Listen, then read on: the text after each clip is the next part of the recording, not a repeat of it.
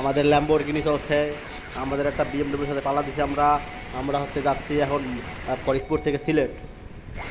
আমরা এই সিলেট থেকে ফরিদপুর থেকে আমাদের ল্যাম্বোরটা ছাড়ছি, যাইতেছি সামনে পদ্মা ব্রিজ বাজবে, পদ্মা ব্রিজের উপর থেকে আমরা একটা জাম্পিং করবো, ঠিক আছে? সবাই দেখার জন্য সবাইকে দেখবো আমাদের যেন কোনো অ্যাক্সিডেন্ট না হয়। আমাদের গাড়ির গতি প্রায় ঘন্টায় 200 কিলোমিটার বেগে যাইতেছে। এত জোরে কোনো বন্যা তুফান জ্বরও হয় না, আমরা তত জোরে যাইতেছি। আমাদের গাড়ির মধ্যে 2জন যাত্রী আছে, একজন চালক, একটা হচ্ছে চিচিং বিচিং চালক,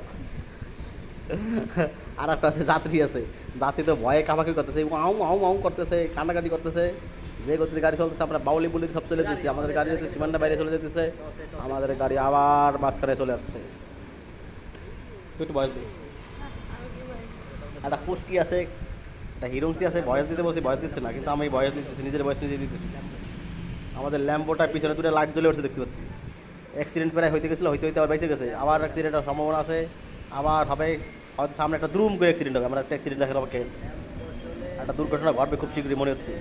গাড়ির গতি অনেক বাড়ছে তো, গাড়ির গতি 500 কিলোমিটার হয়ে যাইতেছে, তাই একটা অ্যাক্সিডেন্ট হবে। এই যে হবে হওয়ার সম্ভাবনা, এই যে হয়ে গেছে, আরে বাবা শেষ শেষ।